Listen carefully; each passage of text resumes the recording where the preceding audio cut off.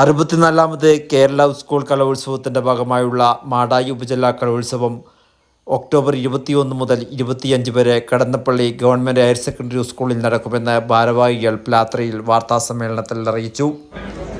മാടായി ഉപജില്ലാ കലോത്സവം ഒക്ടോബർ 21 മുതൽ കടന്നപ്പള്ളി ഹയർ സെക്കൻഡറി സ്കൂളിൽ ആരംഭിക്കുകയാണ്. അതുമായി ബന്ധപ്പെട്ട പത്രസമ്മേളനമാണ് ഇവിടെ പൊതുവായ ചില കാര്യങ്ങളെ സംബന്ധിച്ചാണ്. ഇന്ന് നമ്മുടെ കടന്നപ്പള്ളി ഗ്രാമപഞ്ചായത്ത് അതുപോലെ തന്നെ ഈ സ്കൂൾ ആദ്യമായി ആതിഥ്യം വരുന്ന സബ് ജില്ലാ കലോത്സവമാണ്. കടന്നപ്പള്ളിയുടെ രാഷ്ട്രീയ, സാമൂഹിക, സാംസ്കാരിക മേഖലകളിൽ നിരവധിയായിട്ടുള്ള പ്രവർത്തനങ്ങളും അതുപോലെ കായിക മത്സരങ്ങളൊക്കെ സംഘടിപ്പിച്ചിട്ടുണ്ടെങ്കിലും നമ്മുടെ കുട്ടികളുടെ ഒരു കലാമാമാങ്കം ആദ്യമായിട്ടാണ് സംഘടിപ്പിക്കുന്നത്.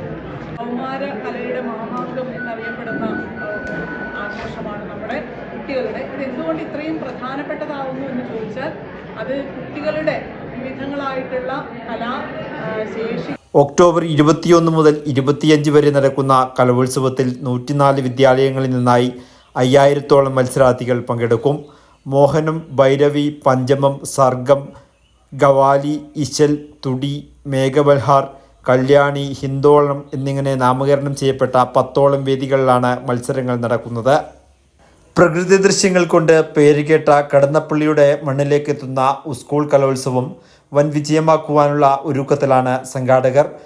കടന്നപ്പള്ളി പാണപ്പുഴ ഗ്രാമപഞ്ചായത്ത് പ്രസിഡന്റ് ടി സുലജ, ജില്ലാ panchayat member CP Shiju, ward member Baby Manoharan, PTA president PV Rajesh, Madayi AO doctor KKP Sangeetha, Brijesh Kumar തുടങ്ങിയവർ വാർത്താസമ്മേളനത്തിൽ പങ്കെടുത്തു. ന്യൂസ് ബ്യൂറോ വർത്തമാനം.